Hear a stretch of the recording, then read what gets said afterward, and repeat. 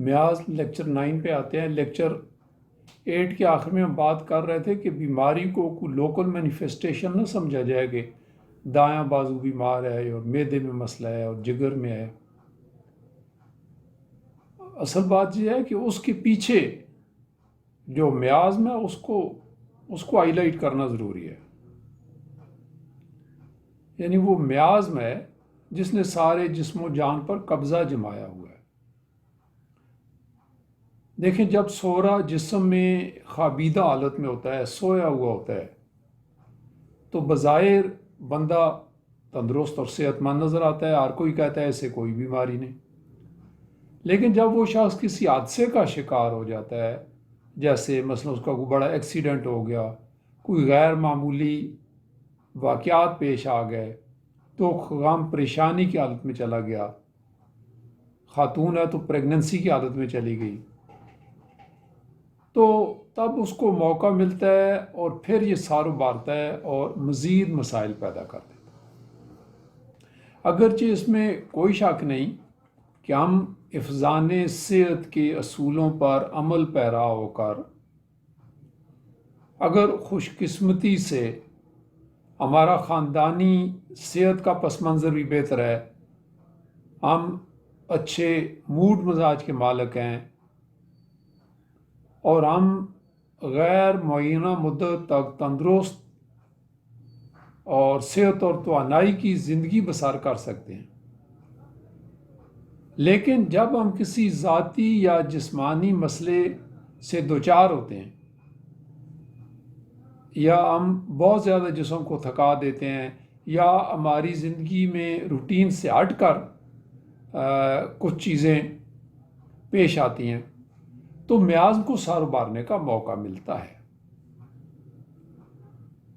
ایسے کئی عوامل ہیں جو میازم کو فعال کر دیتے ہیں، ایکٹیو کر دیتے ہیں۔ ہم ان میں سے چند ایک کا بطور مثال ذکر کرتے ہیں، جیسے غذائی بے اعتدالی، ٹھنڈے، گرم یا سوڈے والے مشروبات، جسم کا سرد و گرم ہونا، بہت زیادہ جسم کی طاقت سے بڑھ کر کام کرنا، کسی بہت بڑی بھاری ذمہ داری کے بوجھ تلے دبے ہونا، کسی طویل صدمے کے زیر اثر ہونا، مایوسی کا شکار ہونا، کاروبار میں نقصان اٹھا لینا، یہ کچھ ایسے اسباب ہیں جو سورا میازم کو ایکٹیویٹ کر دیتے ہیں، فعال کر دیتے ہیں۔ اور جب سورا جسم کے کسی عضو پر اپنے اثرات ڈالتا ہے اور بیماری وجود میں آ جاتی ہے، اور اگر اس بیماری کی علامات ظاہر ہو جاتی ہیں تو جب تک وہ لوکل علامات جلد پر ظاہر ہوتی رہتی ہیں، اس وقت تک سورا پھر اپنی خوابیدہ حالت میں چلا جاتا ہے، تا وقتے کہ ان علامات کو کسی خارجی دوا سے دبا نہ دیا جائے یا دبانے کی کوشش نہ کی جائے۔ ایسے میں اگر بالمثل دعا دی جائے گی تو وہ بیماری کو درست طریقے سے دور کر دیتی ہے۔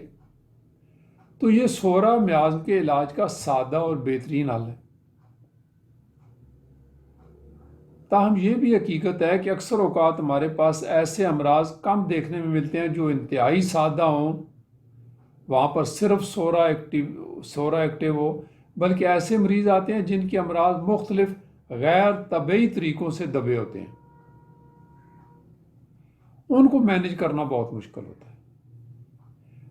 میں نے کہا ہے کہ ایسے کیسز اکثر غلط صلت علاج سے بیماریوں کو بہت زیادہ پیچیدہ بنا دیتے ہیں اور اس بیماری کی اور رہنما علامات کا فقدان ہو جاتا ہے، گائیڈنگ سمٹمز کم ہو جاتے ہیں اور بیماری دبتے دبتے دماغی جذباتی سطح پر پہنچ جاتی ہے، اور یہاں تک کہ اسپتالوں میں جو پاگل پن کے کیس نظر آتے ہیں وہ اسی وجہ سے ہوتے ہیں۔ ایسے کیسز جو نفسیاتی دواؤں سے، افیم وغیرہ سے بہت دور تک دبا دیے جاتے ہیں، اور یہ وہ کیسز ہوتے ہیں جو ناقابل علاج یا انتہائی مشکل سے ارجاب ہونے والے ہوتے ہیں۔ ایسے ٹوٹے پوٹے مریض، پیچیدہ اور ون سائیڈڈ بیماریوں کے حامل مریض جو طرح طرح کی دوائیں کھا کر ایک ہومیوپیتھ کے پاس پہنچتے ہیں تو ان کی صحت کی جو حالت ہے بہت خراب ہو چکی ہوتی ہے، اور جس کا بعض اوقات ہومیوپیتھک معالجین اندازہ نہیں کر پاتے، اور ایسے مریضوں کو جب ان کے وہ ٹانکس اور طاقت والی دوائیاں جو دوسرے مقطع فکر سے کھا کر گزارا کر رہے ہوتے ہیں، جب وہ روکی جاتی ہیں تو شروع میں مریض